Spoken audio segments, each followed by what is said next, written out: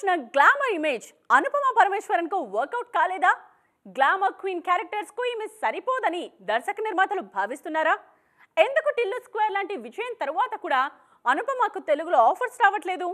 టిల్లుగాడు తెచ్చిన glamour image Anupama Parameswaran ను confusion లో పడేసిందా?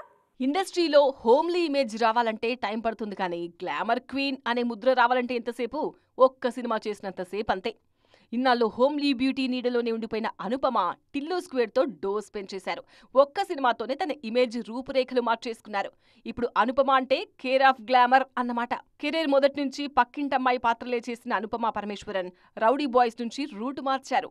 టిల్లు స్క్వేర్ తో గేర్ మార్చారు. గ్లామర్ డోస్ పెంచాలని ఫిక్స్ అయ్యాక అస్సలు తగ్గేదిలే అంటున్నారు ఈ బ్యూటీ. సిద్ధు జొన్నలగడ్డతో లిప్ లాక్స్, ఇంటిమేట్ సీన్స్ కూడా చేశారు అనుపమ. కానీ ఆ తర్వాత ఈ భామకు ఆఫర్స్ అయితే పెద్దగా రావట్లేదు. అనుపమ కెరీర్ ఇకపై ఎలాంటి టర్న్ తీసుకోబోతుందనేది ఆసక్తికరంగా మారింది. ఇప్పుడు టిల్లు స్క్వేర్ తర్వాత పరదా అనే సినిమా సైన్ చేశారు ఈ బ్యూటీ. స్టార్స్ నుంచి అయితే ఎలాంటి పిలుపు రాలేదు. మీడియం రేంజ్ నుంచి కూడా ఆఫర్స్ లేవు. దర్శక నిర్మాతల మౌనం అనుపమ పరమేశ్వరన్ కెరీర్ను ఎటువైపు తీసుకెళ్తుందనేది చూడాలిక.